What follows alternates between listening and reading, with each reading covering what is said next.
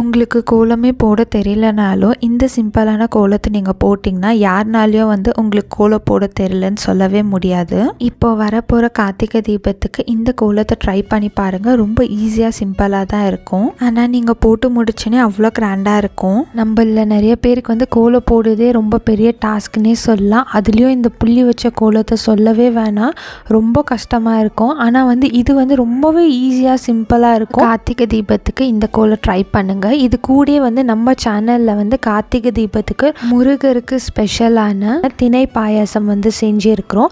அதோட வீடியோ நம்ம சேனல்ல அப்லோட் பண்ணியிருக்கிறோம். லிங்க் கூட கீழே தர, செக் பண்ணி பாருங்க.